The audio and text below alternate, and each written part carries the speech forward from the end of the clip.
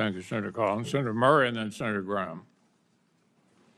Thank you very much, Mr. Chairman. Secretary Hegseth, you oversee one of the largest and most important organizations on planet Earth. More than anything, the Department of Defense needs stable, competent, and strategic leadership. And much as I had feared back in January, it is not what we are seeing under your leadership. In a matter of months, you have lost top aides and reportedly struggled to hire new ones. You have fired highly respected top military officials.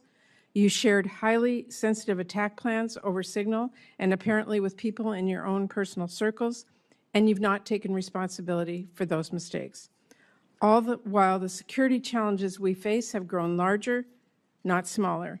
And then in the face of these challenges, you've taken a series of actions that weaken our posture. For example, in my home state of Washington, which is home to many DoD installations critical to our Indo-Pacific strategy, you have pushed out almost 2,000 highly trained civilian employees, including at Puget Sound Naval Shipyard.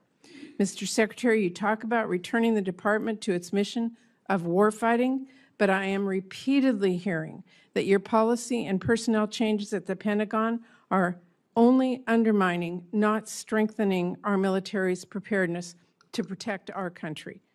You are deploying the American military to police the American people. You're sending the National Guard into California without the governor's request. Sending the Marines not after foreign threats, but after American protesters. And now President Trump is promising heavy force against peaceful protesters at his D.C. military parade. Those sorts of actions and that sort of rhetoric from a president of the United States should stop every one of us cold. Threatening to use our own troops on our own citizens at such scale is unprecedented, it is unconstitutional, and it is downright un-American. We should all be speaking out against this and demanding accountability. Now, Mr. Secretary, I have to say, for people who tout their commitment to transparency and efficiency, I've never seen an administration more bent on hiding basic facts from American people. Your department has been unresponsive to congressional inquiries and oversight requests, all the while you are working to muzzle the free press, denying journalists access to the Pentagon press corps. Now, before I turn to my... What happens when a senior U.S. Senator openly challenges the Defense Secretary over military leadership, hiring decisions, and national security? That's exactly what unfolded during a tense Senate hearing that quickly became one of the day's most talked about political moments. Senator Patty Murray delivered a series of pointed questions to Defense Secretary Pete Hegseth, raising concerns about Pentagon leadership, civilian workforce reductions, military readiness, and the Department of Defense's budget. Hegseth pushed back forcefully, defending his department's actions and insisting reforms are strengthening America's military. To get this request, and we do still need to see the justifications in order for this committee to do its work. We're missing those. Not having a full budget at this juncture is really unacceptable. So I am deeply concerned.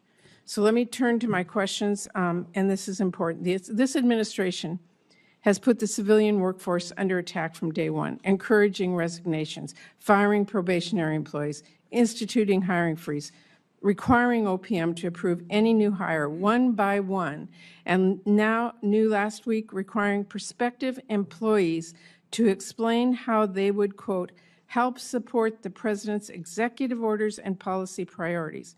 We have spoken with military installations across our country.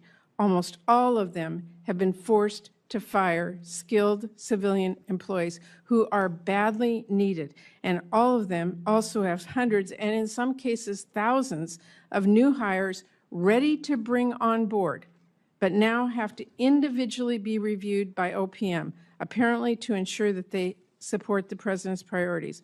Secretary Hegseth, I want to know, and keep your answers short, I have limited time, will you be firing more shipbuilders, yes or no? Senator, we haven't fired shipbuilders. We've offered, through a right-sizing of our civilian positions, which So everyone in this committee would acknowledge that the Defense Department has had a bloated Secretary, bureaucracy for a long so time, you have given will a not be- voluntary process by which some people we can all choose know to the take a process. DRP. I'm just asking you So a it's not a question. firing of shipbuilders. so That's a you're- totally disingenuous characterization of what our Let me department is just doing. ask We you, are focusing on shipbuilding. Mr. ma'am. Secretary, do we need more or fewer shipbuilders? We are investing historically in our shipbuilding defense industrial base and workforce and ships in this budget, more than anything the previous administration ever Okay. did. So, well, you managed to fire highly skilled workers, including my home state of Washington, for no reason. So let me just say, the Navy needs welders, not people who can recite a president's executive orders. If the Navy wants to hire a qualified candidate for the role, but that candidate happened to vote for or donate to Democrats, would they be hired? Senator, there's never been a litmus test for hiring welders.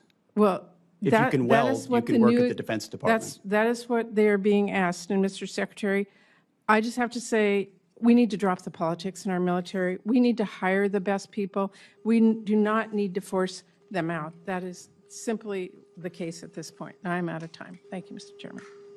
Senator Graham. Thank you. Welcome.